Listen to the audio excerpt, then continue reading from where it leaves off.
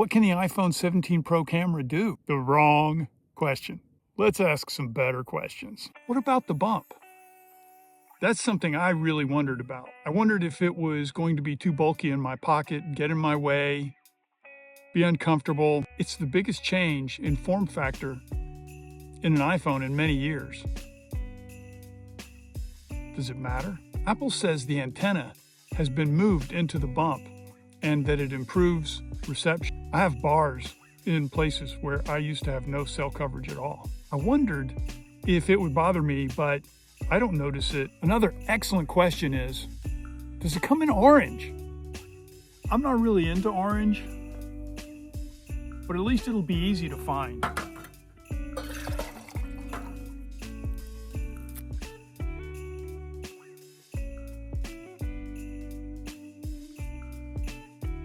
Can I capture the photos that I want to capture with the iPhone 17 Pro? That's a good question.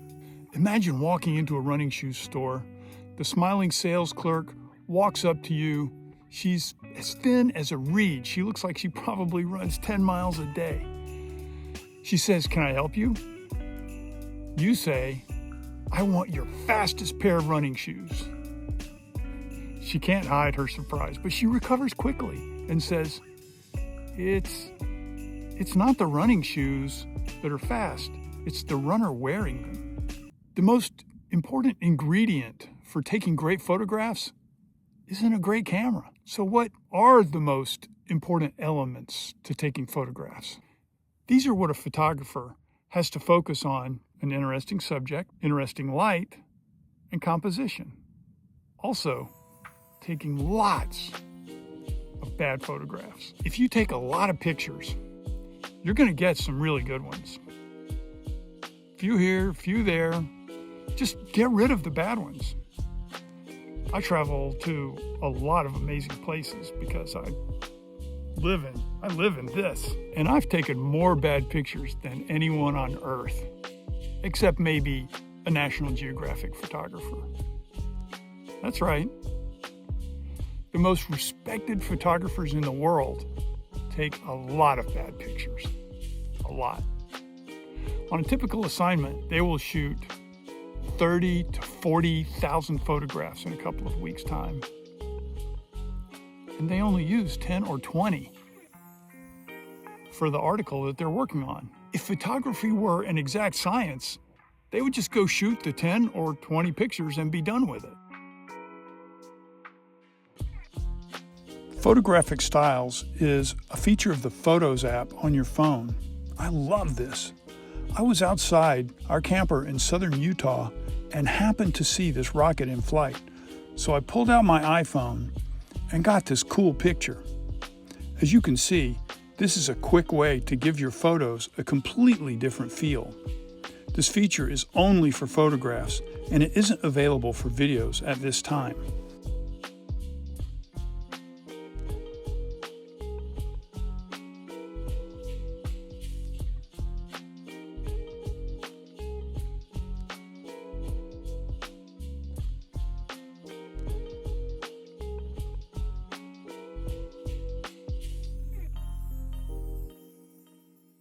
These macro shots show fine details of the aspen leaf and juniper berries and needles.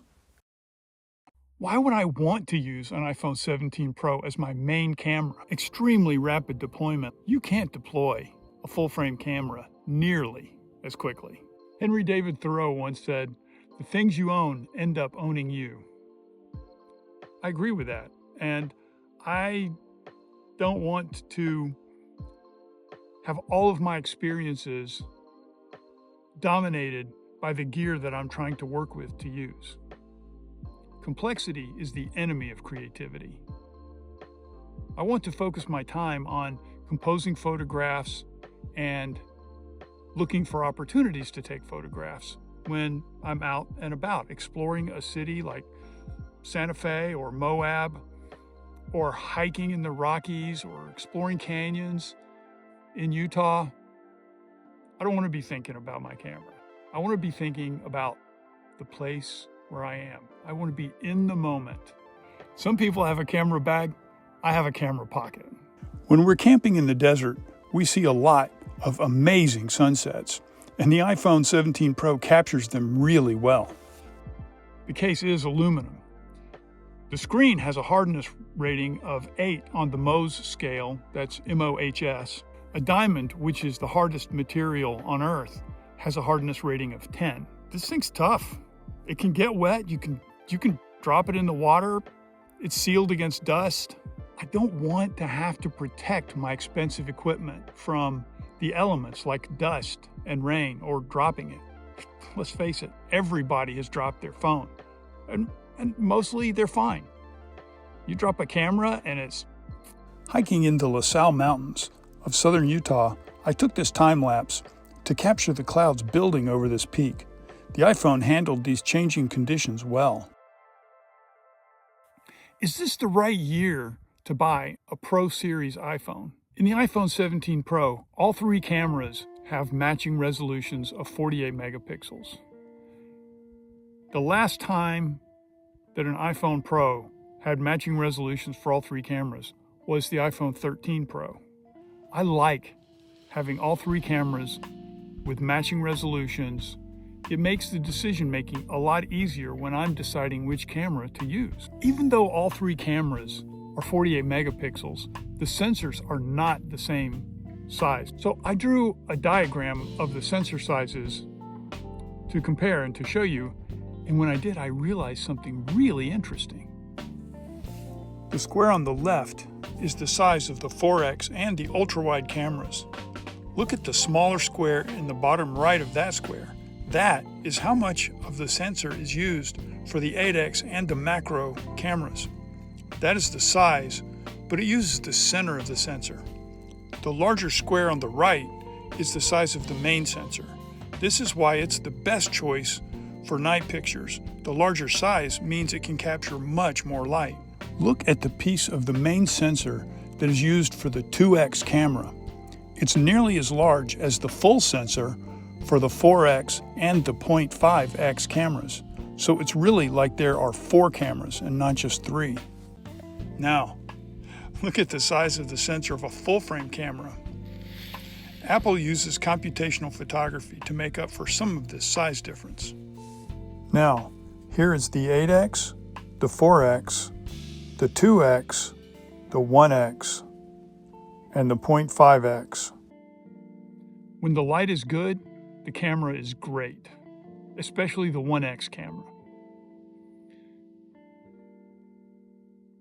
In poor conditions, which is when the light is low but it's not dark, that's when the camera struggles. I took this picture of our campsite in the Nevada desert on a cloudy evening right at moonrise. It wasn't quite dark, and much of the scene is indistinct and mushy. And the video struggles.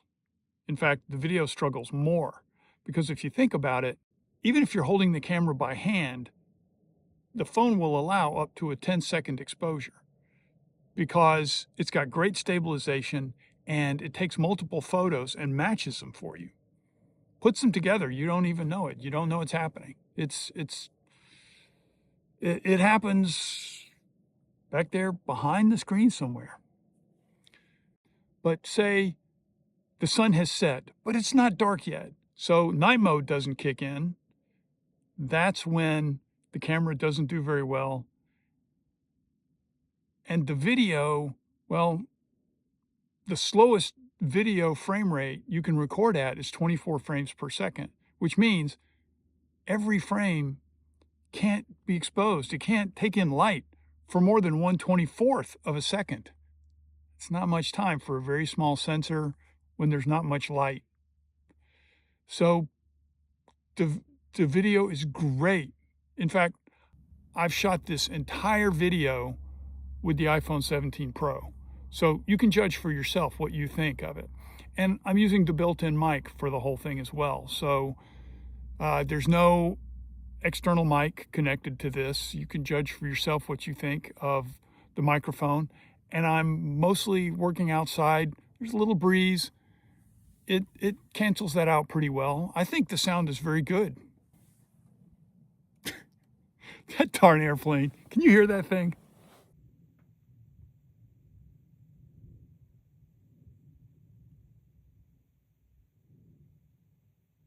Is there enough of a difference to justify the bulky, heavy, inconvenient experience of dealing with multiple large and heavy, expensive and delicate lenses?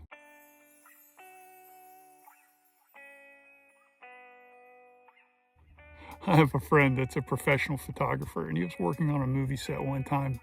He handed a lens to somebody else, and they botched the handoff, and the lens fell and broke.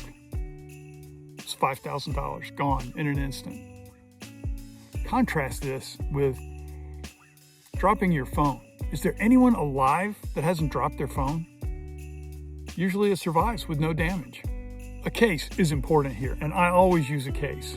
Even if you don't care about protecting your phone, it just makes it easier to hold on to. Everything is rounded on this iPhone 17 Pro, and it would be very easy to drop. So I got a case right away. If you get the orange, you're going to want a clear case.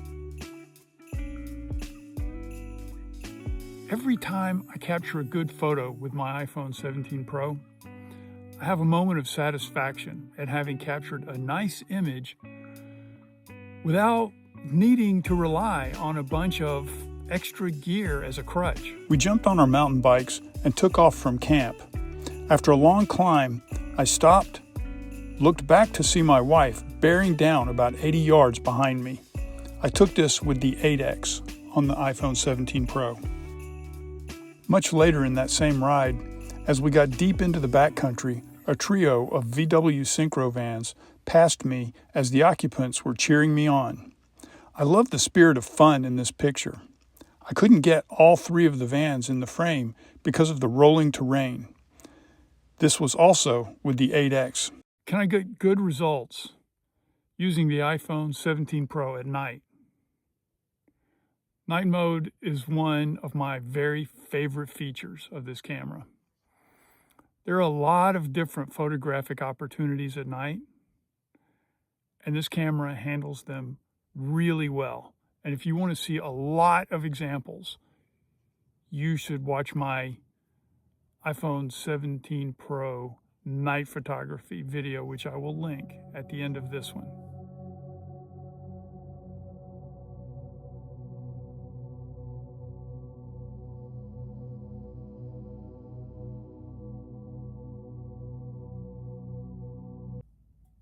Did I mention that it comes in orange? Don't I need an expensive camera to take great photographs? The most important tool is not the camera, it's the photographer. Alabama Hills, looking at Mount Whitney in California. Beautiful lake in the Arizona desert. Frozen waterfall in a hidden canyon in Colorado. Walking toward the storm in New Mexico. Aspens in the fall in Colorado. The Grand Teton from the summit of Table Mountain in Idaho. An alpine lake in eastern Sierra, California. A remote slot canyon in Utah. Looking at Zion Canyon from the Chinle Trail in Utah. Escalante National Monument in Utah. Now, for the surprise.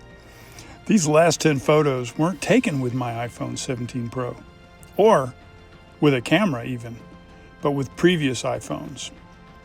As much as I really like this iPhone 17 Pro, especially for night pictures, this is to show that you are the most important piece of equipment. And finally, did I mention that it comes